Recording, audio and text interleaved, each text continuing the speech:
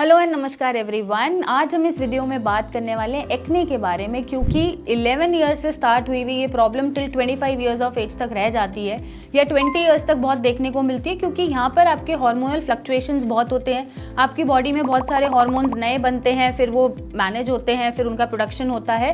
तो इस सारे जो चार्ट में फ्लक्चुएशंस हैं और उन फ्लक्चुएशंस के साथ जो हार्मोनल इम्बैलेंस है या आपका लाइफस्टाइल है या डाइट है या एनवायरमेंटल फैक्टर्स हैं, वो एक्ने की प्रॉब्लम कॉज कर देते हैं। प्रॉब्लम तो हो गई, बट इसका सोल्यूशन आपको कैसे ढूंढना है। फॉर एग्जाम्पल, अगर फीमेल्स में एक्ने हो रहे हैं तो पीसीओडी जैसी प्रॉब्लम या सिस्ट जैसी प्रॉब्लम उन्हें मिल सकती है, तो आपको पीसीओडी को ट्रीट करना है। अगर बॉयज़ में ये प्रॉब्लम मिल रही है तो आई एम श्योर कि टेस्टोस्टेरोन लेवल जो बन रहा है, जो बूस्ट हो रहा है, जो मैनेज हो रहा है, स्पर्म प्रोडक्शन हो रहे हैं, उनकी वजह से आपको एक्ने फील करने पड़ जाते हैं। हालांकि ये मैटर ऑफ कंसर्न नहीं है, क्योंकि एक एज के बाद ये अपने आप ही सबसाइड करना शुरू कर देते हैं। But obviously for a time being, कुछ सालों के लिए आपका कॉन्फिडेंस शैटर होता है और आपको अपनी पर्सनालिटी को लेके थोड़ा सा कंसर्न जग जाता है कि ये हमारा फेस क्यों खराब हो रहा है। और इस कंसर्न का ही ध्यान रख के हम सिया का एंटी एक्ने केयर रेंज लाए हैं, जो आपका एक्ने जो हो रहा है, बेसिकली आपको कुछ चीज़ें ध्यान रखनी है इस रेंज के साथ। अगर कोई मेडिकल डिसऑर्डर आपको चल रहा है साथ साथ, तो उसको भी ट्रीट करना है। एट द सेम टाइम जो आप तरह तरह के प्रोडक्ट्स करा रहे हैं, जो तरह तरह की नीडलिंग प्रोसीजर करा रहे हैं, बहुत तरह तरह की दवाइयाँ खा रहे हैं और उनका साइड इफेक्ट आपको लेटर एजेस में भुगतना पड़ता है, उनसे बचने के लिए प्रोडक्ट रेंज हमने निकाली है जो टोटली हर्बल है। कोई भी हार्श केमिकल्स या सल्फेट या पैराबेन्स इसमें कुछ भी नहीं है, ऑल हर्बल है। इसमें सारे हमने नेचुरल इंग्रेडिएंट्स रखे हैं जो आपके एक्ने के आसपास बैक्टीरियल इन्फेक्शन को नहीं ग्रो होने देंगे, पस्टुलर एक्ने को प्रमोट नहीं होने देंगे, पस नहीं बनेगी, और साथ ही साथ अगर जो डार्क स्पॉट्स भी रह गए हैं वो भी क्लीन आउट होगा। तो पहले जो हमारी रेंज है वो है फेस वॉश की रेंज। ये फोमिंग फेस वॉश है और ये ऑयली स्किन के लिए बेस्ट है, क्योंकि इसमें सारे नेचुरल इंग्रेडिएंट्स के साथ साथ एंटीऑक्सीडेंट्स हैं जो सारे फ्री रेडिकल्स को कंट्रोल करेंगे और डर्ट प्योरिटी को बाहर करेंगे। तो आपको दिन में 2 बार ज़रूर इससे फेस वॉश करना है एंड मेक श्योर करना है कि इतने एरिया में जो टी जोन हमारा होता है ऑयल कलेक्ट ना हो।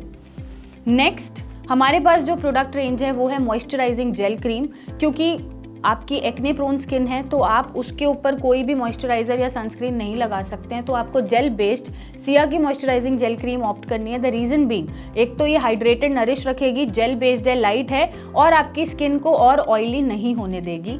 साथ ही साथ हमारे पास जो लास्ट प्रोडक्ट है वो है स्पॉट करेक्टर। जितने भी डार्क स्पॉट्स हो रहे हैं उन पे इसको अप्लाई करने से, जैसे रात को आप सो रहे हो तो उन स्पॉट्स पे आप अप्लाई करके सो सकते हो, उनसे आपका जो डार्क स्पॉट है वो फेड आउट होगा, एक इवन टोन आएगा और आपका कॉन्फिडेंस बूस्ट होगा। नाउ इन प्रोडक्ट्स के साथ साथ आपको कुछ चीज़ों का ध्यान रखना है, जैसे पानी बहुत सारा पीना है। मेक श्योर आप 10-12 ग्लासेस ऑफ वाटर कंज्यूम कर रहे हैं इन अ डे। उससे भी आपके टॉक्सिन्स बाहर जाते हैं और आपका मेटाबॉलिक एक्टिविटी इन्हांस होती है। तो टॉक्सिन्स जितने रिमूव होंगे उतनी ही आपकी स्किन ग्लो करेगी।